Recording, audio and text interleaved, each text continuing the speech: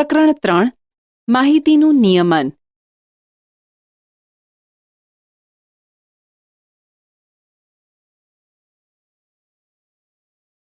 પ્રસ્તાવના. આપણે આગળના ધોરણમાં માહિતી એકઠી કરવાનું, તેને કોષ્ટકમાં ગોઠવવાનું અને લંબ આલેખમાં દર્શાવવાનું શીખ્યા.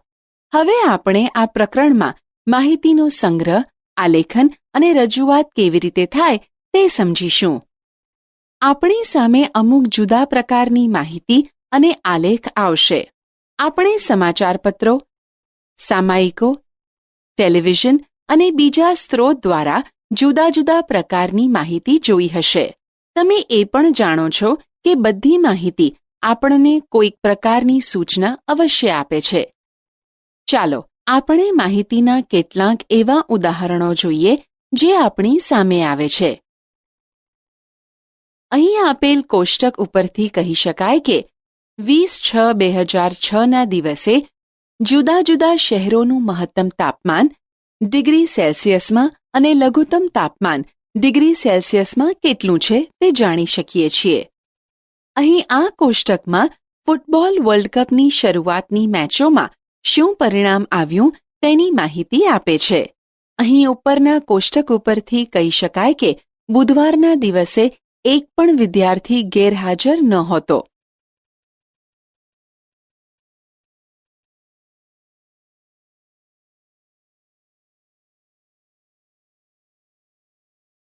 માહિતીનો સંગ્રહ.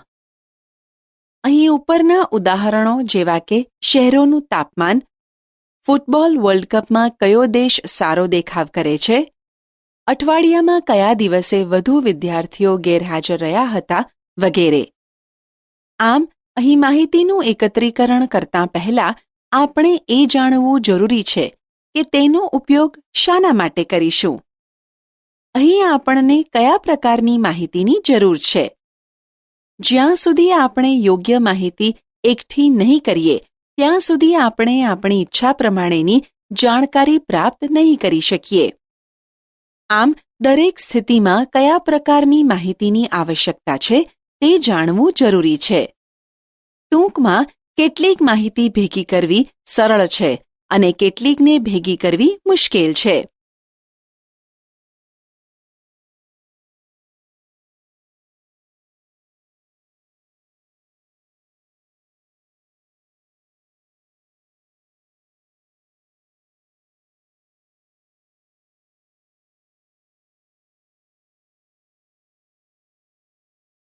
માહિતીની ગોઠવણી.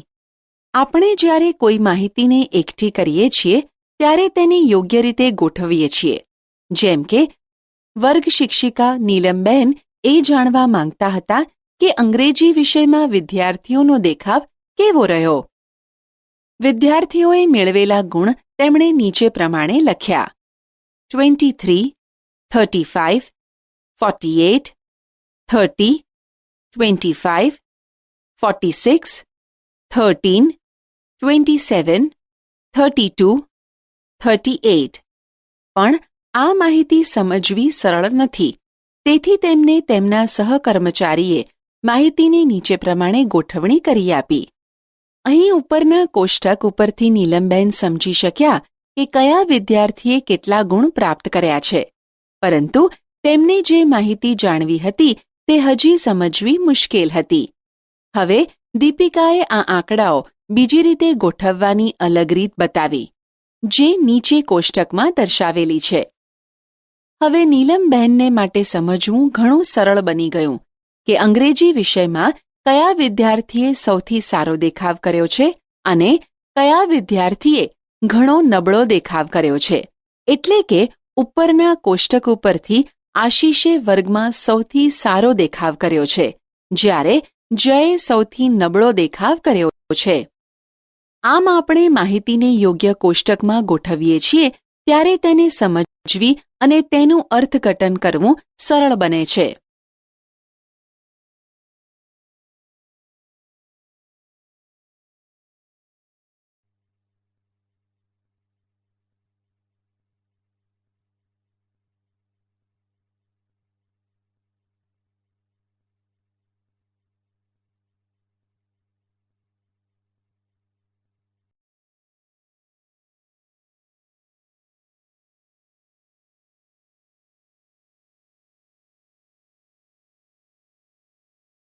પ્રતિનિધિ મૂલ્યો.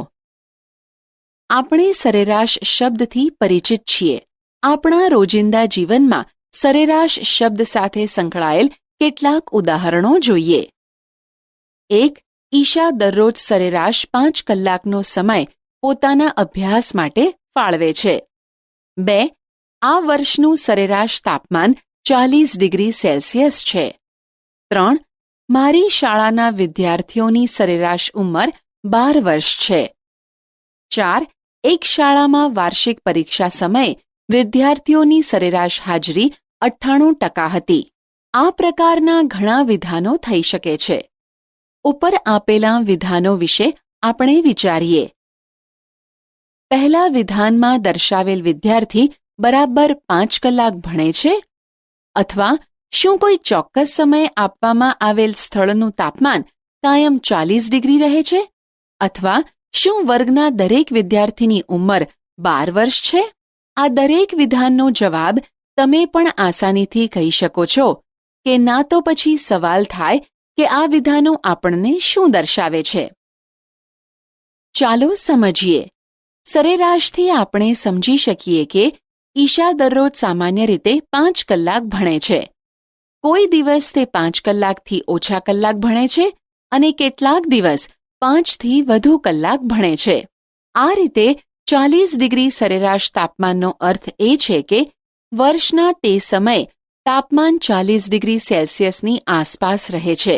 ક્યારેક તે 40 ડિગ્રી સેલ્સિયસથી ઓછું રહે છે અને ક્યારેક તે 40 ડિગ્રી સેલ્સિયસથી વધુ રહે છે. આ રીતે આપણે એ અનુભવ કરી શકીએ કે સરેરાશ એક એવી સંખ્યા છે કે જે અવલોકનો અથવા માહિતીના સમૂહની મધ્યવર્તી સ્થિતિ દર્શાવે છે.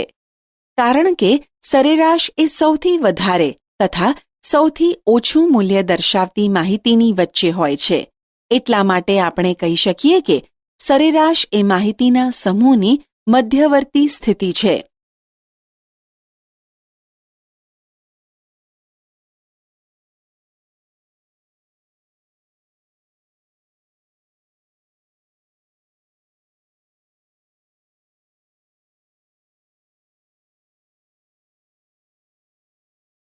અંકગણિતીય સરાસરી. માહિતીના એક સમૂહ માટે મહત્તમ ઉપયોગમાં લેવાતું એક પ્રતિનિધિ માપ અંકગણિતીય સરાસરી છે.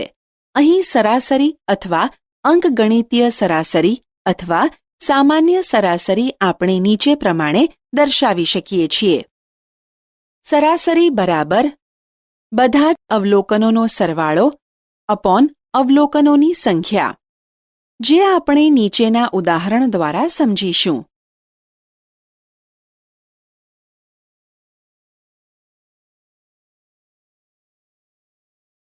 ઉદાહરણ: આશીષ સતત 3 દિવસ ક્રમશઃ 4 કલાક, 5 કલાક અને 3 કલાક અભ્યાસ કરે છે. તો તેનો દરરોજ અભ્યાસનો સરાસરી સમય કેટલો હશે? ઉકેલ: આશીષનો સરેરાશ અભ્યાસનો સમય બરાબર અભ્યાસ માટે ફાળવેલો કુલ સમય અપોન અભ્યાસ કરેલ દિવસોની સંખ્યા, જેમાં તે ભણ્યો છે, બરાબર 4 + 5 + 3 upon 3 is equal to 12 upon 3 is equal to 4 કલાક પ્રતિ દિવસ થશે.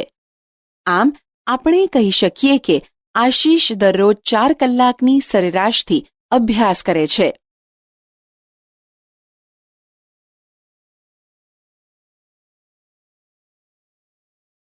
ઉદાહરણ: એક બેટ્સમેને 6 દાવમાં નીચે પ્રમાણે રન બનાવ્યા. તો એક દાવમાં તેના દ્વારા બનાવવામાં આવેલા રનની સરાસરી શોધો. 36, 35, 50, 46, 60, 55. ઉકેલ: કુલ રન બરાબર 36 + 35 + 50 + 46 + 60 + 55 is equal to 282. સરાસરી બરાબર કુલ રન અપોન કુલ દાવ is equal to 282 upon 6 is equal to 47. એટલે કે બેટ્સમેને એક દાવમાં બનાવેલ રનની સરાસરી 47 છે.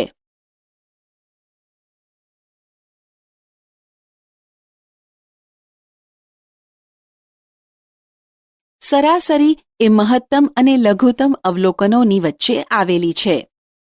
દાખલા તરીકે 5 અને 11ની સરાસરી is equal to 5 + 11/2 is equal to 8 છે, જે 5 અને 11ની વચ્ચે આવેલી છે. 1/2 તથા 1/4ની સરાસરી is equal to 1/2 + 1/4 divided by 2 is equal to 2 + 1/4/2 is equal to 3/8, જે 1/2 અને 1/4 વચ્ચે આવેલી છે. 1/2 અને 3/8ની સરાસરી is equal to 1/2 + 3/8/2 is equal to 4 + 3/8/2 is equal to 7/16, જે 1/2 અને 3/8ની વચ્ચે આવેલી છે.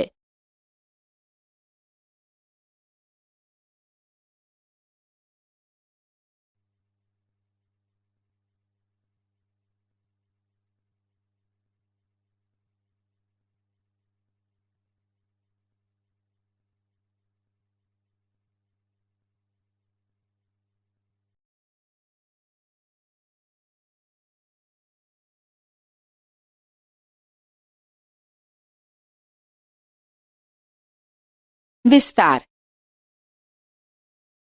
આપેલ અવલોકનો પૈકી મહત્તમ અને ન્યૂનતમ અવલોકનોના તફાવતને વિસ્તાર કહે છે. આમ, વિસ્તાર વિશે સમજવા કેટલાક ઉદાહરણો જોઈએ.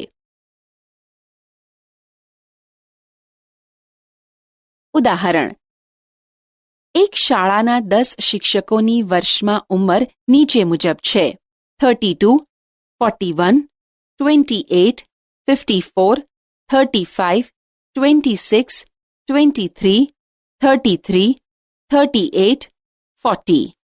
એક સૌથી વધુ ઉંમરવાળા અને સૌથી ઓછી ઉંમરવાળા શિક્ષકની ઉંમર કેટલી છે? 2. શિક્ષકોની ઉંમરનો વિસ્તાર કયો છે? 3. આ શિક્ષકોની સરાસરી ઉંમર કેટલી છે? ઉકેલ: 1. ઉંમરને ચડતા ક્રમમાં ગોઠવતા 23, 26, 28, 32, 33, 35, 38, 40, 41, 54. હવે મહત્તમ ઉંમરવાળા શિક્ષકની ઉંમર 54 વર્ષ છે અને લઘુત્તમ ઉંમરવાળા શિક્ષકની ઉંમર 23 વર્ષની છે. શિક્ષકોની ઉંમરનો વિસ્તાર 54 - 23 વર્ષ બરાબર 31 વર્ષ થશે. 2. શિક્ષકોની ઉંમરની સરાસરી બરાબર શિક્ષકોની ઉંમરનો સરવાળો અપોન શિક્ષકોની સંખ્યા બરાબર 23 + 26 + 28 + 32 + 33 + 35 + 38 + 40 + 41 + 54/10 is equal two 350/10 is equal two 35 વર્ષ.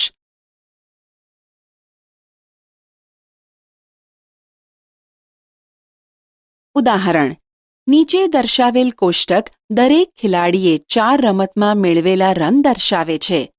નીચે આપેલા પ્રશ્નોના જવાબ આપો. 1. દરેક રમતમાં A વડે મેળવેલ રનની સરાસરી શોધો. 2. દરેક રમતમાં C વડે કરાયેલ રનનો સરાસરી અંક જાણવા માટે તમે કુલ સંખ્યાને 3 વડે ભાગશો કે 4 વડે? શા માટે? 3. B ચારેય રમતમાં રમ્યો છે. તમે તેની સરાસરી કેવી રીતે શોધશો? 4. કોનો દેખાવ સૌથી વધુ સારો છે? ઉકેલ: 1. Aના રનની સરાસરી બરાબર ખેલાડીઓએ કરેલ કુલ રન અપોન રમતની સંખ્યા બરાબર 14 + 16 + 10 + 10/4 is equal two 50/4 is equal two 12.5 થશે. 2. અહીં C ની સરાસરી જાણવા માટે આપણે કુલ સંખ્યાને 3 વડે ભાગીશું, કારણ કે C એ ત્રીજી રમત રમ્યો નથી. તે કુલ 4 રમત પૈકી માત્ર 3 રમત જ રમ્યો છે, માટે 3 વડે ભાગીશું. 3. Bના રનની સરાસરી is equal two 0 + 8 + 6 + 4/4 is equal to 18/4 is equal to 9/2 is equal to 4.5 થશે. 4. અહીં A, B અને C પૈકી A નો દેખાવ સૌથી સારો છે કારણ કે B અને C ની સરાસરી 4.5 અને 32/3 is equal to 10.66 થશે, જ્યારે A ની સરાસરી 12.5 છે, જે A, B અને C પૈકી સૌથી વધારે છે, માટે A નો દેખાવ સૌથી સારો છે.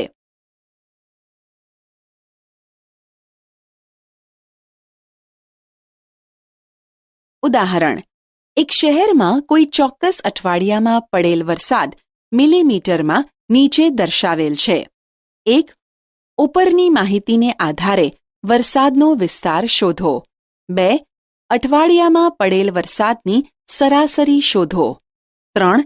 કેટલા દિવસોનો વરસાદ સરાસરી વરસાદ કરતાં ઓછો પડ્યો છે? ઉકેલ: 1. અહીં આપેલ અવલોકનોને ચડતા ક્રમમાં ગોઠવતાં 0.0, 1.0, 2.1, 5.5, 12.2, 20.5 માટે માહિતીને આધારે વરસાદનો વિસ્તાર બરાબર મહત્તમ અવલોકન માઇનસ ન્યૂનતમ અવલોકન is equal to 20.5 minus 0.0 is equal to 20.5 millimeter. 2.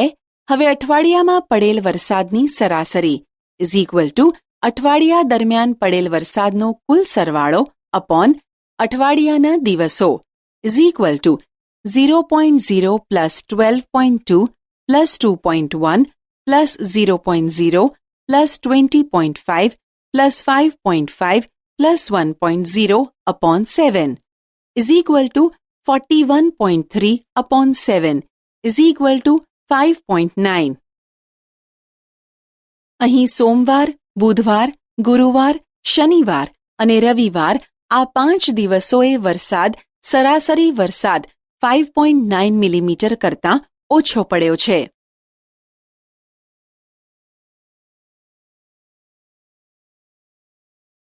ઉદાહરણ: 10 છોકરીઓની ઊંચાઈ સેન્ટીમીટરમાં માપવામાં આવી અને નીચે દર્શાવ્યા પ્રમાણે પરિણામ મળેલ છે. 135, 150, 139, 128, 151, 132, 146, 149, 143, 141. 1. સૌથી વધુ ઊંચાઈ ધરાવતી છોકરીની ઊંચાઈ કેટલી છે? 2.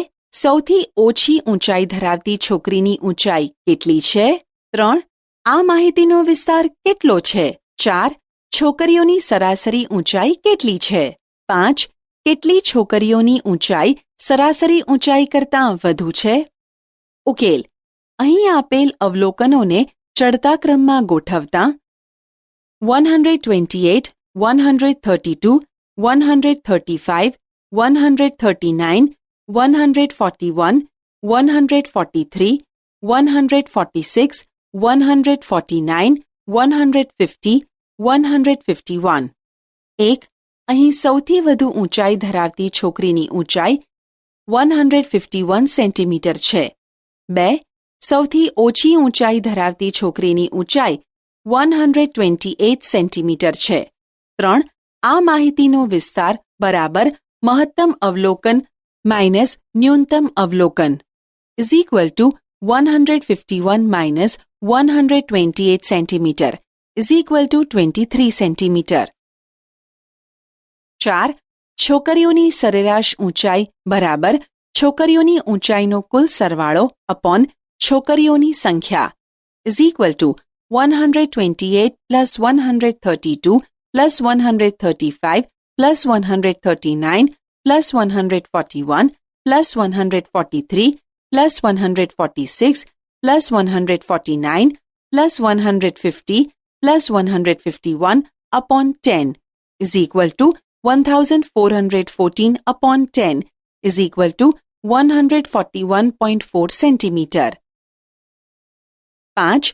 અહીં 150, 151, 146, 149 અને 143 સેન્ટીમીટર ઊંચાઈ ધરાવતી છોકરીઓની સરાસરી ઊંચાઈ 141.4 સેન્ટીમીટર કરતાં વધુ છે. એટલે કે 5 છોકરીઓની ઊંચાઈ સરેરાશ ઊંચાઈ કરતાં વધુ છે.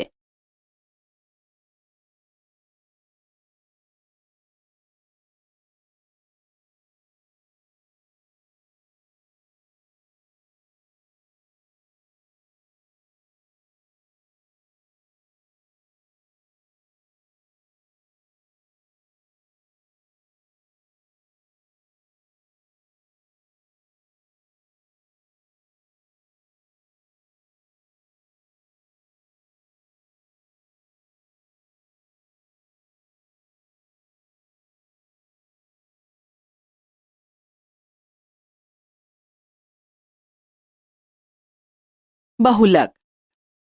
અહીં આપેલ ઉદાહરણ જુઓ. જુદા જુદા માપના શર્ટની અઠવાડિક માંગ જાણવા માટે એક દુકાનદાર 90 centimetre, 95 centimetre, 100 centimetre, 105 centimetre, 110 centimetre માપના શર્ટ વેચવાનો રેકોર્ડ રાખે છે. એક સપ્તાહનો રેકોર્ડ આ પ્રકારે છે. વેચવામાં આવેલા શર્ટની સરાસરી બરાબર વેચવામાં આવેલા કુલ શર્ટ અપોન શર્ટના માપની સંખ્યા બરાબર 105/5 ઇઝ ઇક્વલ ટુ 21. એટલે કે દુકાનદાર 95 સેન્ટીમીટર, 100 સેન્ટીમીટર અને 105 સેન્ટીમીટર માપના શર્ટ મંગાવવાનો નિર્ણય લે છે. આમ તૈયાર કપડાં વેચનાર તે અન્ય માપના શર્ટ ખરીદવાનો નિર્ણય તેના ઓછા ખરીદદારોને જોઈને મોકૂફ રાખે છે. પણ તૈયાર કપડાં વેચનાર એક દુકાનદાર કહે છે કે મારા વડે વેચવામાં આવેલ શર્ટનું પ્રચલિત માપ 90 સેન્ટીમીટર છે.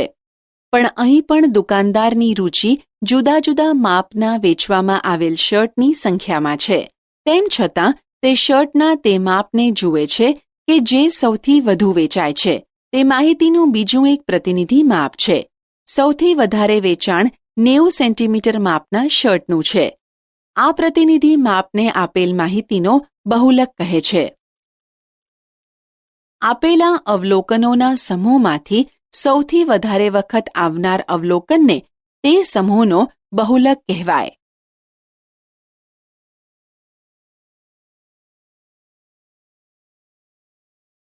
ઉદાહરણ. નીચે આપેલી સંખ્યાનો બહુલક શોધો.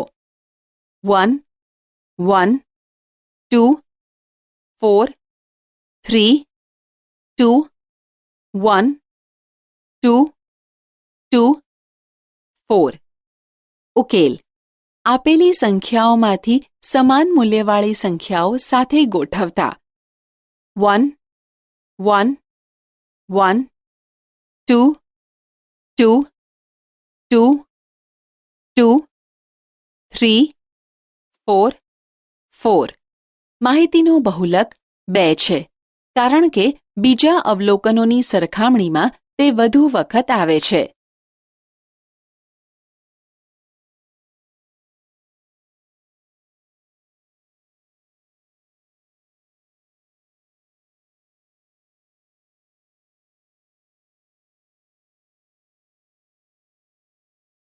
વિસ્તૃત માહિતીનો બહુલક. જ્યારે અવલોકનોની સંખ્યા વિસ્તૃત હોય તો તેમને સમાન મૂલ્યવાળા અવલોકનના રૂપમાં વ્યવસ્થિત કોષ્ટકમાં ગોઠવવું અને પછી તેને ગણવું એટલું સરળ નથી હોતું. આવી સ્થિતિમાં આપણે માહિતીને કોષ્ટકમાં ગોઠવીએ છીએ, જે આપણે આગળના ધોરણમાં ભણી ગયા છીએ. માહિતીનું કોષ્ટક બનાવવાનું કાર્ય આવૃત્તિ ચિહ્નથી શરૂ કરી અવલોકનોની આવૃત્તિ શોધી પૂરું કરવામાં આવે છે.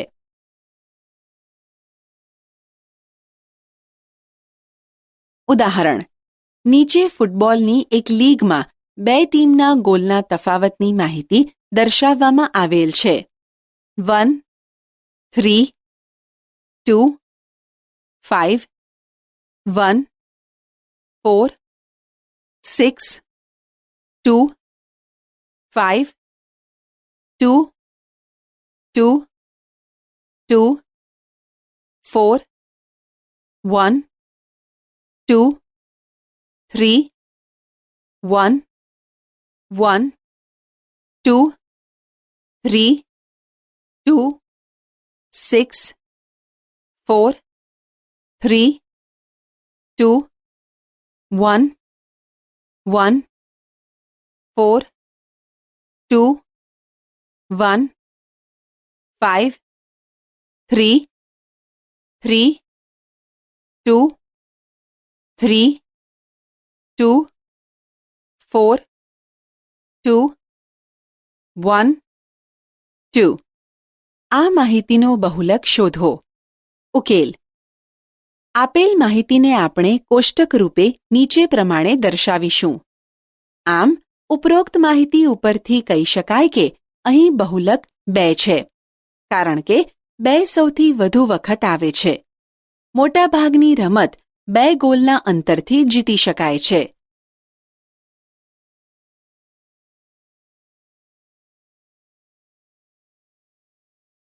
શું આપેલ માહિતીને એક કરતાં વધુ બહુલક હોઈ શકે? ઉદાહરણ. નીચેની સંખ્યાઓનો બહુલક શોધો. 2 2 2 3 3 4 5 5 5 6 6 8 ઉકેલ. અહીં 2 અને 5 બંને 3 વખત આવે છે, તેથી તે બંને માહિતીના બહુલક છે.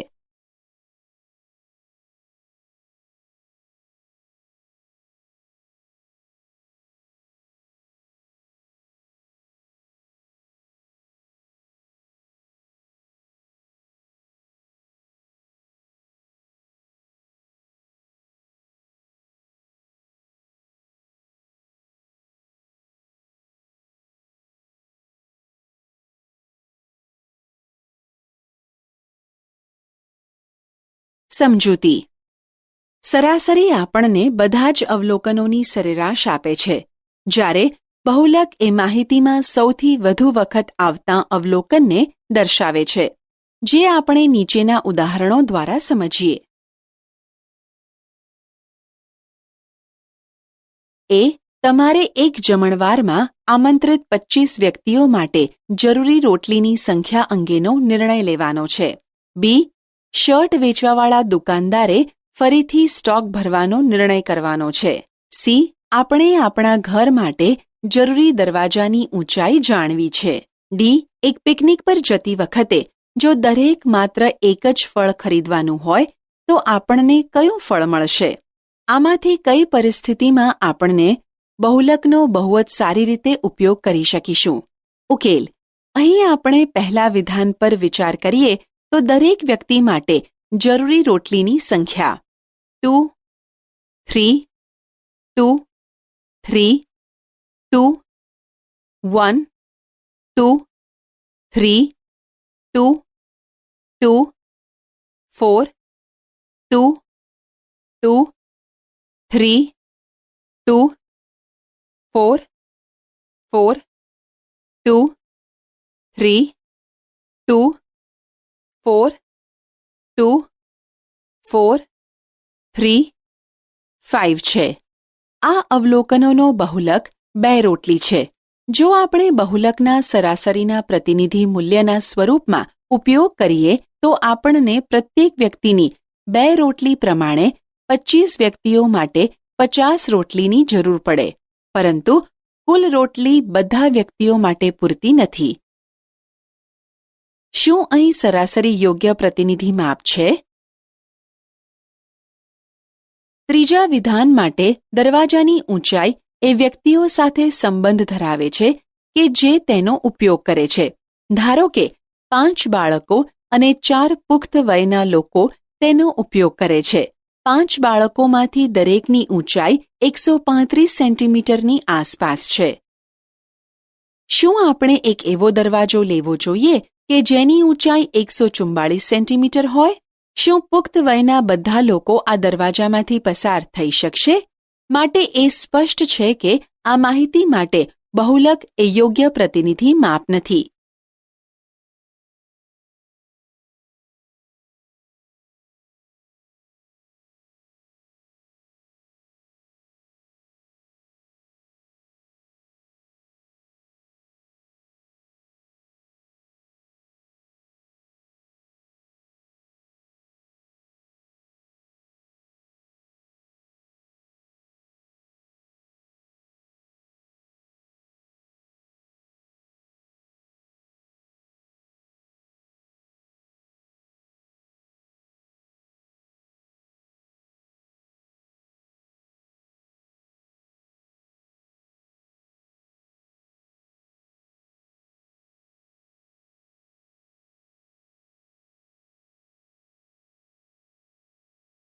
મધ્યસ્થ. આપણે જાણીએ છીએ કે કેટલીક પરિસ્થિતિમાં અંકગણિતીય સરાસરી એ મધ્યવર્તી સ્થિતિનું એક યોગ્ય માપ છે, જ્યારે કેટલીક પરિસ્થિતિમાં મધ્યવર્તી સ્થિતિનું યોગ્ય માપ બહુલક છે.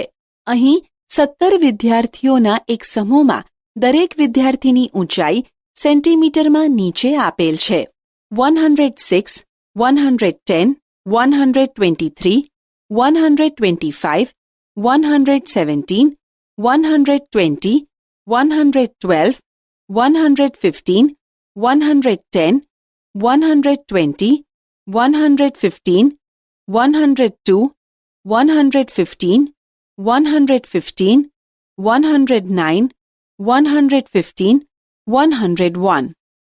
હવે આપેલ માહિતીને બે સમૂહમાં વિભાજિત કરવામાં આવે એટલે કે દરેક સમૂહમાં વિદ્યાર્થીઓની સંખ્યા સરખી હોય તથા એક સમૂહના વિદ્યાર્થીઓની ઊંચાઈ એક ચોક્કસ ઊંચાઈથી ઓછી હોય અને બીજા સમૂહના વિદ્યાર્થીઓની ઊંચાઈ એક ચોક્કસ ઊંચાઈથી વધુ હોય તો તે આપણે જુદા જુદા વિકલ્પો દ્વારા જોઈશું. 1. સરાસરીની રીત પ્રમાણે. સરાસરી is equal to 106 plus 110 plus 123 plus 125 plus 117 plus 120 plus 112 plus 115 plus 110 plus 120 plus 115 plus 102 plus 115 plus 115 plus 109 plus 115 plus 101 upon 17 is equal to 1930 upon 17 is equal to 113.5 centimetre. તેથી આપેલ માહિતીને બે સમૂહમાં વિભાજિત કરે કે જેમાંથી એક સમૂહમાં સરાસરી ઊંચાઈથી ઓછી ઊંચાઈવાળા અને બીજા સમૂહમાં સરાસરી ઊંચાઈથી વધુ ઊંચાઈવાળા વિદ્યાર્થીઓ હોય તો તે સમૂહ અસમાન સંખ્યાના થશે, કારણ કે એકમાં 7 સભ્ય અને બીજામાં 10 સભ્ય થશે. 2. બહુલકની રીતે. અહીં સૌથી વધારે વાર આવતું અવલોકન 115 સેન્ટીમીટર છે, જેને બહુલક તરીકે લેવામાં આવશે. અહીં 7 વિદ્યાર્થીઓ બહુલકથી ઓછા અને 10 વિદ્યાર્થીઓ બહુલક જેટલી કે તેથી વધુ ઊંચાઈ ધરાવનાર છે, માટે આપણે આપેલ માહિતીને બે સમૂહમાં વિભાજિત કરી શકીએ નહીં. હવે આપણે આપેલી ઊંચાઈ સેન્ટીમીટરમાં જોઈએ અને તેને ચડતા ક્રમમાં ગોઠવીએ તો આપણી પાસે નીચે પ્રમાણેના અવલોકનો થશે: 101, 102, 106, 109, 110, 110, 112, 115, 115, 115, 115, 115, 117, 120, 120, 123, 125.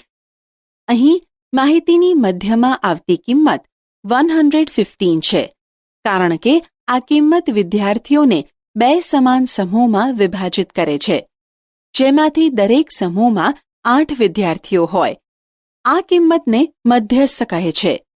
મધ્યસ્થ એવું માપ દર્શાવે છે કે જે માહિતીમાં મધ્યમાં આવેલું હોય, જ્યારે ગોઠવણી ચડતા કે ઉતરતા ક્રમમાં હોય તથા અડધા અવલોકનો તેનાથી વધારે હોય અને બીજા અડધા તેનાથી નીચે હોય.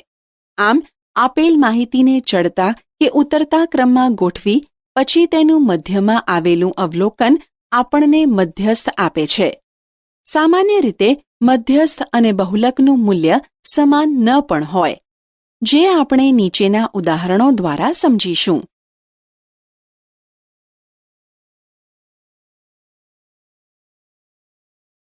32, 35, 35, 42, 38, 32, 35, 32, 32.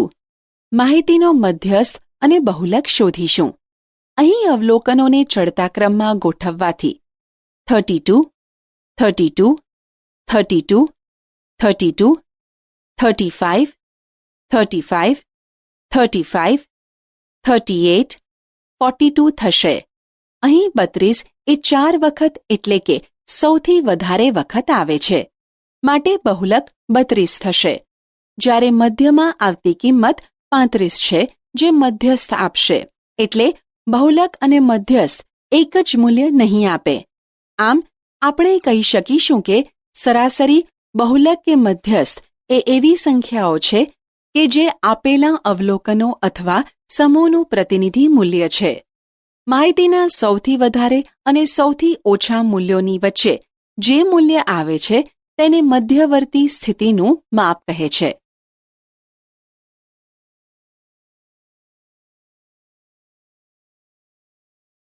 ઉદાહરણ: આપેલ માહિતીનો મધ્યસ્થ શોધો. 24, 36, 46, 17, 18, 25, 35. ઉકેલ: અહીં આપેલ અવલોકનોને ચડતા ક્રમમાં ગોઠવતા 17, 18, 24, 25, 35, 36, 46 મળશે. મધ્યસ્થ એ વચ્ચેનું અવલોકન છે, તેથી 25 એ મધ્યસ્થ છે.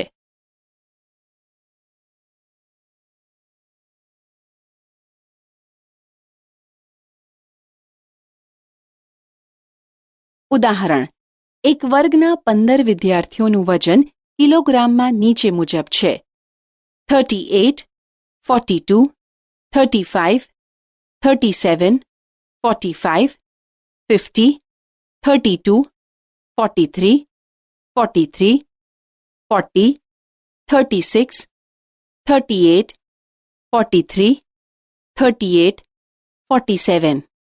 1. આ માહિતીનો બહુલક અને મધ્યસ્થ શોધો. 2. શું એકથી વધુ બહુલક છે? ઉકેલ: અહીં અવલોકનોને ચડતા ક્રમમાં ગોઠવતા 1, 32, 35, 36, 37, 38, 38, 38, 40, 42, 43, 43, 43, 45, 47, 50. અહીં 38 અને 43ની સંખ્યા 3 વાર આવે છે, તેથી તે બંને માહિતીના બહુલક થશે. જ્યારે આપેલ અવલોકનોને ચડતા ક્રમમાં ગોઠવતા મધ્યસ્થ એ વચ્ચેનું અવલોકન છે, એટલે કે 15 વિદ્યાર્થીઓનું વચ્ચેનું અવલોકન 8 આવે, જે 40 છે, તે માહિતીનો મધ્યસ્થ થશે. 2. હા, અહીંયા આપેલ માહિતીને એકથી વધુ બહુલક છે.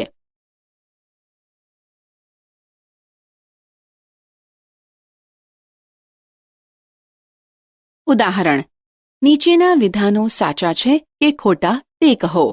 1. બહુલક એ હંમેશા માહિતીમાંની એક સંખ્યા હોય છે. 2. સરાસરી એ માહિતીમાંની એક સંખ્યા હોય છે. 3. મધ્યસ્થ એ હંમેશા માહિતીમાંની એક સંખ્યા હોય છે. 4. માહિતી 6, 4, 3, 8, 9, 12, 13, 9ની સરાસરી 9 છે. ઉકેલ: 1. આપેલ વિધાન સાચું છે. દાખલા તરીકે 1, 2, 3, 3, 5, 7, 8, 1, 1 માટે માહિતીનો બહુલક 1 થશે, જે મહત્તમ એટલે કે 4 વખત આવે છે અને જે માહિતીમાંની એક સંખ્યા છે. 2. આપેલ વિધાન ખોટું છે. દાખલા તરીકે 1, 2, 3, 4, 5, 6ની સરાસરી is equal to 1 plus 2 plus 3 plus 4 plus 5 plus 6 upon 6 is equal to 21 upon 6 is equal to 7 upon 2 is equal to 3.5 થશે, જે માહિતીમાંની સંખ્યા નથી. 3. આપેલ વિધાન સાચું છે. દાખલા તરીકે 13, 16, 12, 14, 19, 12, 14, 13, 14 માહિતીનો મધ્યસ્થ શોધવા માટે અવલોકનોને ચડતા ક્રમમાં ગોઠવતા 12, 12, 13, 13, 14, 14, 14, 16, 19 થશે. હવે કુલ 9 અવલોકનો પૈકી પાંચમું અવલોકન 14 થશે, જે મધ્યસ્થ થશે, જે આપેલ માહિતીમાંનું એક અવલોકન છે. આપેલ વિધાન ખોટું છે, કારણ કે 6, 4, 3, 8, 9, 12, 13, 9ની સરાસરી is equal to 6 plus 4 plus 3 plus 8 plus 9 plus 12 plus 13 plus 9 upon 8 is equal to 64 upon 8 is equal to 8. માટે સરાસરી 8 થશે.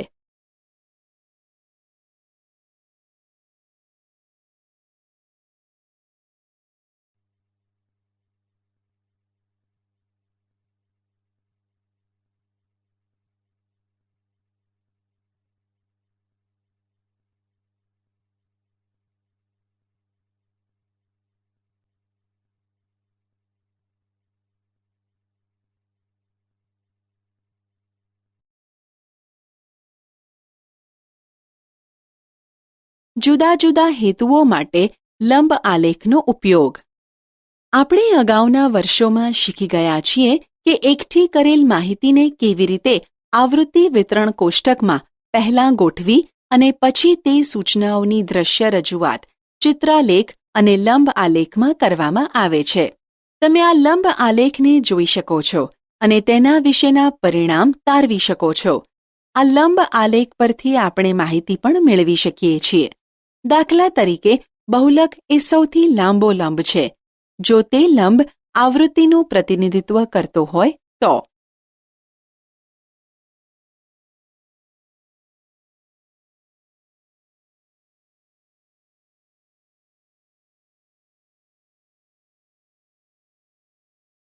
પ્રમાણમાપ અથવા સ્કેલની પસંદગી કરવી.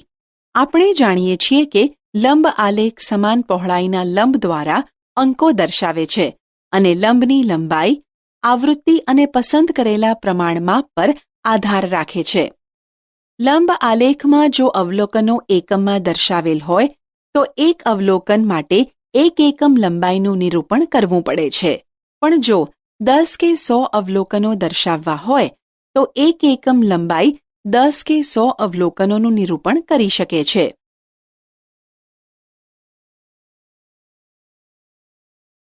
ઉદાહરણ: શાળાના મકાનને રંગ કરવાનો નિર્ણય લેવા માટે ધોરણ 6 અને ધોરણ 7ના 200 વિદ્યાર્થીઓને તેમના મનપસંદ રંગની પસંદગી કરવાનું કહેવામાં આવ્યું, જેનું પરિણામ નીચેના કોષ્ટકમાં દર્શાવેલ છે. આપેલ માહિતીને લંબ આલેખ વડે દર્શાવો. લંબ આલેખનો ઉપયોગ કરી નીચેના પ્રશ્નોના જવાબ આપો. 1. સૌથી વધુ પસંદગીનો રંગ કયો છે? અને કયો સૌથી ઓછી પસંદગીનો રંગ છે? 2. કુલ કેટલા રંગ છે? તે કયા કયા છે? ઉકેલ: પ્રમાણમાપ કેવી રીતે પસંદ થાય તે માટે નીચે આપેલ પગલાંને અનુસરીશું. 1. સૌ પ્રથમ શૂન્ય માપથી શરૂ કરીશું. 2. અહીં આપેલ કોષ્ટકમાં સૌથી મોટું અવલોકન 55 છે, તેથી 55થી થોડું વધારે એટલે કે 60 પર માપ સમાપ્ત કરીશું. 3. અક્ષ પર 10ના વધારા પ્રમાણે સરખું વિભાજન કરીશું, એટલે કે દોરેલા બધા જ લંબ 0 થી 60ની વચ્ચે આવશે. 4. આપણે પ્રમાણમાપ એ રીતે પસંદ કરીશું કે જેથી લંબાઈ 0 અને 60ની વચ્ચે રહે. તે વધુ લાંબો પણ ન હોય કે ટૂંકો પણ ન હોય. 5. અહીં આપણે 10 વિદ્યાર્થીઓ માટે 1 એકમ લઈશું. અહીં બતાવ્યા પ્રમાણે લંબ આલેખ દોરીશું અને નામ આપીશું. લંબ આલેખ પરથી તારવી શકાય કે 1. વાદળી એ સૌથી વધુ પસંદગીનો રંગ છે, કારણ કે વાદળી રંગનું નિરૂપણ કરતો લંબ સૌથી ઊંચો છે. 2. લીલો રંગ ઓછી પસંદગીનો રંગ છે, કારણ કે લીલા રંગનું નિરૂપણ કરતાં લંબ સૌથી ટૂંકો છે. 3. અહીં 5 રંગ છે, તે લાલ, લીલો, વાદળી, પીળો અને નારંગી છે, જે આડી રેખા પર દર્શાવેલ છે.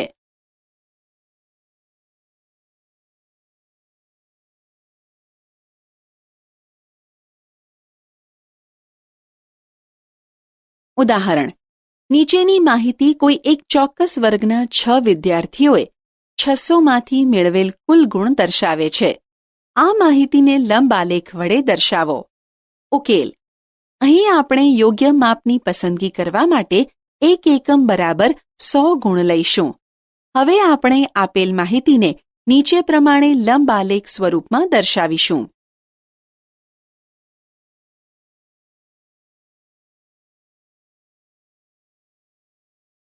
દ્વિલંબ આલેખ દોરવા. નીચે 2 શહેરો આબેરદીન અને માર્ગેટમાં વર્ષના 12 મહિનાઓ દરમિયાન તડકો હોવાના સરેરાશ કલાક દર્શાવતી માહિતી એકઠી કરી છે. આ શહેરો દક્ષિણ ધ્રુવની નજીક છે અને અહીં દરરોજ થોડા કલાક માટે જ તડકો રહે છે. અલગ લંબ આલેખ દોરી તમે નીચેના પ્રશ્નોના જવાબ આપો. 1. કયા મહિનામાં દરેક શહેરમાં મહત્તમ તડકો છે? અથવા 2. કયા મહિનામાં દરેક શહેરમાં સૌથી ઓછો તડકો છે? ચોક્કસ મહિનામાં કયા શહેરમાં તડકાના વધુ કલાકો છે તે જાણવા માટે બંને શહેરના સરેરાશ કલાકોની સરખામણી કરવી જોઈશે. આ માટે આપણે તેના માટે એવા આલેખો દોરતા શીખીશું જેને દ્વિલંબ આલેખ કહીશું, જેમાં 2 શહેરોની માહિતી લંબ આલેખો વડે પાસે આપવામાં આવેલ છે. અહીં દર્શાવેલ લંબ આલેખ બંને શહેરોની સરાસરી તડકો દર્શાવે છે. હવે દરેક મહિના માટે આપણી પાસે 2 લંબ આલેખ છે, જેની ઊંચાઈઓ દરેક શહેર માટે સરાસરી તડકો દર્શાવે છે. આ પરથી આપણે કહી શકીશું કે એપ્રિલ સિવાયના દરેક મહિનામાં માર્ગેટમાં આબ્રેદીનની સાપેક્ષ વધુ તડકો રહે છે.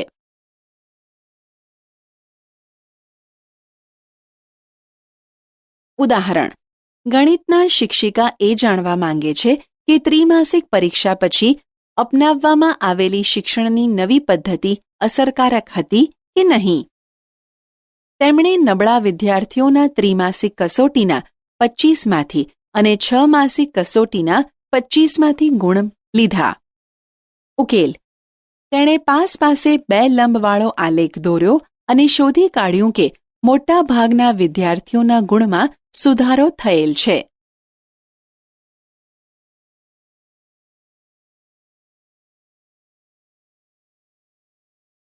ઉદાહરણ. વિદ્યાર્થીના પ્રથમ સત્ર અને બીજા સત્રના પરિણામ આપેલ છે. યોગ્ય પ્રમાણ માપ લઈ દ્વિલંબ આલેખ દોરો અને નીચેના પ્રશ્નોના જવાબ આપો. 1. વિદ્યાર્થીએ કયા વિષયના દેખાવમાં સૌથી વધુ સુધારો કર્યો છે? 2. કયા વિષયમાં સુધારો સૌથી ઓછો છે? 3. શું કોઈ વિષયમાં દેખાવ નીચે ગયો છે? ઉકેલ. અહીં આપણે પાસે દ્વિલંબ આલેખ દોરેલ છે, જેના પરથી આપણે કહી શકીએ. 1. વિદ્યાર્થીએ ગણિતના વિષયમાં દેખાવ સૌથી વધુ સારો કર્યો છે. 2. સામાજિક વિજ્ઞાન વિષયમાં સૌથી ઓછો સુધારો કર્યો છે. 3. હિન્દી વિષયમાં દેખાવ નીચે ગયો છે.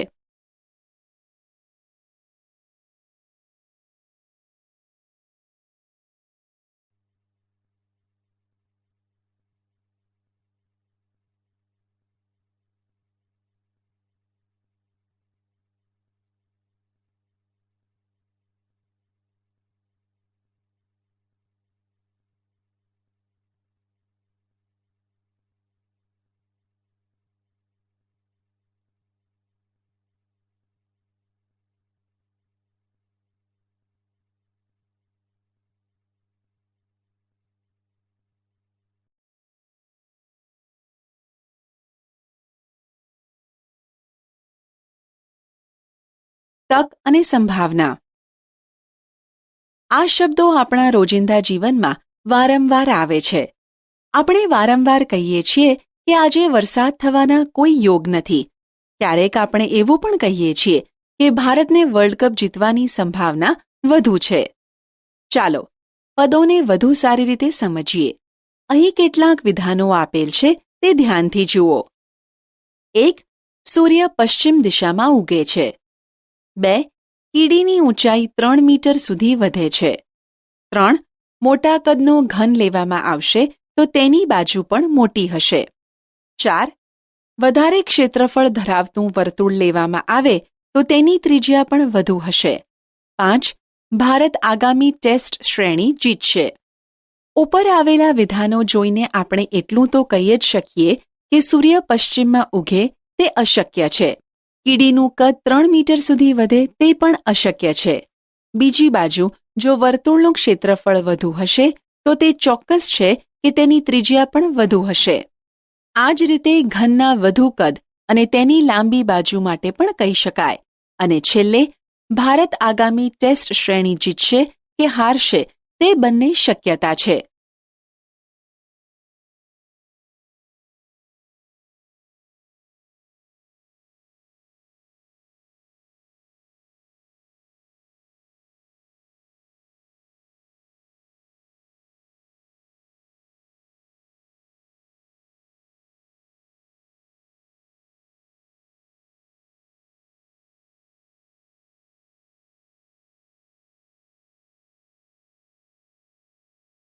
તક.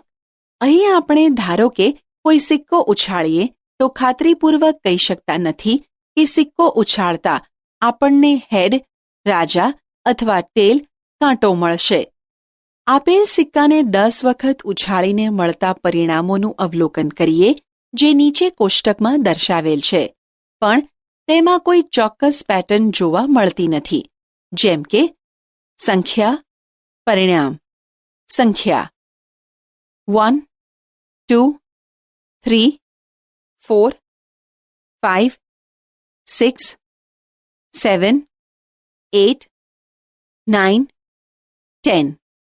પરિણામ T, T, H, T, H, H, H, T, H, T.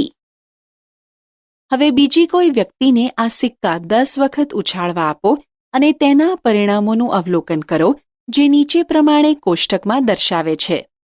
સંખ્યા 1, 2, 3, 4, 5, 6, 7, 8, 9, 10. પરિણામ H, H, T, H, T, T, T, H, T, H. તમે પાસાથી પણ રમ્યા હશો. પાસાને 6 ફલક બાજુ હોય છે. જ્યારે તમે પાસાને ફેંકો છો ત્યારે તમે કયો અંક મળશે તે ધારી શકો છો ખરા? શું તમારી ઈચ્છા પ્રમાણે હંમેશા અંક મળે છે? આનો જવાબ તમને બધાને ખબર છે, ના. આમ આપણે સિક્કો ઉછાળીએ કે પાસાની રમત રમીએ ત્યારે આપણને દરેક વખતે ધારેલું પરિણામ જ આવવું શક્ય નથી. પણ એક તક છે કે તે પરિણામ આવી શકે છે. સંભાવના એટલે શું? આપણે જાણીએ છીએ કે જ્યારે સિક્કાને ઉછાળવામાં આવે ત્યારે પરિણામની 2 શક્યતાઓ હોય છે, હેડ અથવા ટેલ. અને પાસાને ઉછાળતા આપણી પાસે પરિણામની કુલ 6 શક્યતાઓ હોય છે. આમ સિક્કાને ઉછાળતા હેડ અને ટેલ માટેની સંભાવના સરખી હોય છે અને તે દરેક માટે 1/2 થશે.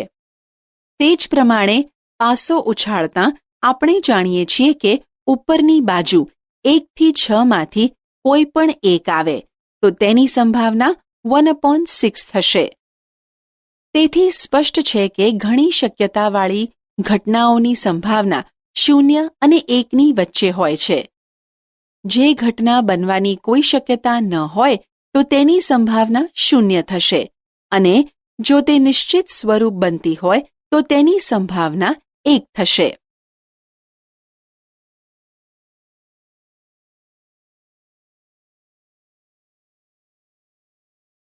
ઉદાહરણ: કહો કે નીચે આપેલી ઘટના ચોક્કસ બનશે, અશક્ય છે કે બની શકે પણ ચોક્કસ નહીં.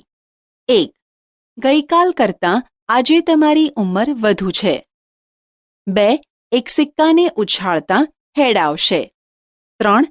પાસાને જ્યારે ફેંકવામાં આવે ત્યારે 8 મળશે. 4.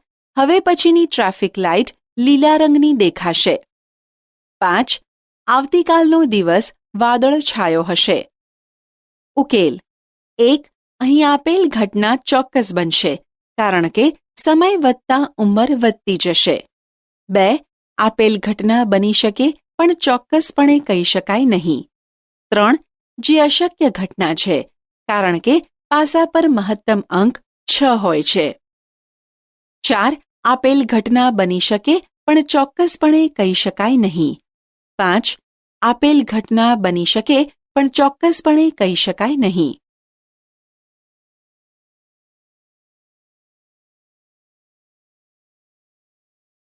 ઉદાહરણ: એક પેટીમાં 6 લખોટી છે જેના પર 1 થી 6 અંક લખવામાં આવેલ છે. 1. 2 અંક લખેલી લખોટી નીકળવાની સંભાવના કેટલી છે? 2. 5 અંક લખેલી લખોટી નીકળવાની સંભાવના કેટલી છે? ઉકેલ: 1. અહીં કુલ 6 લખોટીઓ ઉપર 1, 2, 3, 4, 5 અને 6 એમ કુલ 6 અંકો લખેલ છે. હવે 2 અંક લખેલી લખોટી નીકળે તેની સંભાવના બરાબર 1/6 થશે કારણ કે એક જ લખોટી 2 અંક લખેલી છે અને કુલ 6 લખોટીઓ છે. 2. હવે 5 અંક લખેલ લખોટી નીકળે તેની સંભાવના બરાબર 1/6 થશે કારણ કે એક જ લખોટી 5 અંક લખેલી છે અને કુલ 6 લખોટીઓ છે.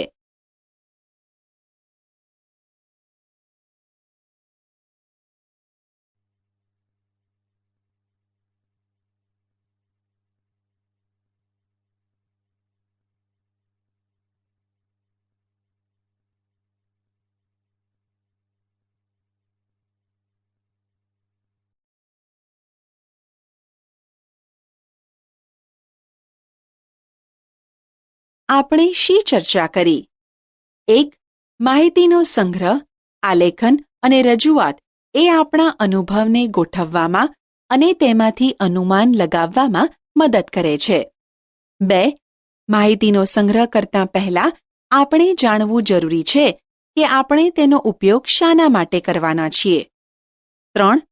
જરૂરી માહિતી એકઠી કરી યોગ્ય કોષ્ટકમાં ગોઠવવામાં આવે છે તેથી તે સમજવા અને અનુમાન લગાવવામાં સરળ રહે છે. 4. સરાસરી એક એવી સંખ્યા છે કે જે એકઠા કરેલા અવલોકનોના સમૂહ અથવા માહિતીની મધ્યવર્તી સ્થિતિ રજૂ કરે છે. 5. અંકગણિતીય સરાસરી એ માહિતીની કિંમતોનું એક પ્રતિનિધિ મૂલ્ય છે. 6. બહુલક એ મધ્યવર્તી સ્થિતિનું બીજું સ્વરૂપ અથવા પ્રતિનિધિ કિંમત છે. બહુલક એ અવલોકનોના એક સમૂહમાંનું એક એવું અવલોકન છે જે વારંવાર આવે છે. 7. મધ્યસ્થ એ પણ એક પ્રતિનિધિ માપ છે. તે એવું માપ દર્શાવે છે કે જે મધ્યમાં આવેલું હોય. અડધા અવલોકનો તેની ઉપર અને અડધા અવલોકનો તેની નીચે આવેલા છે. 8. લંબ આલેખ એ માહિતીની એક રજૂઆત છે જેનું નિરૂપણ સરખી પહોળાઈના લંબોનો ઉપયોગ કરી કરવામાં આવે છે. 9. દ્વિલંબ આલેખ આપણને એક જ આલેખમાં 2 માહિતીની સરખામણી કરવામાં ઉપયોગી છે. 10. આપણા જીવનમાં ઘણી એવી પરિસ્થિતિ હોય છે કે જે ચોક્કસ બને છે. એવી કેટલીક હોય છે જે અશક્ય હોય છે અને કેટલીક બને કે ન બને તેવી હોય છે. આવી પરિસ્થિતિ બનવાની એક શક્યતા તક હોય છે.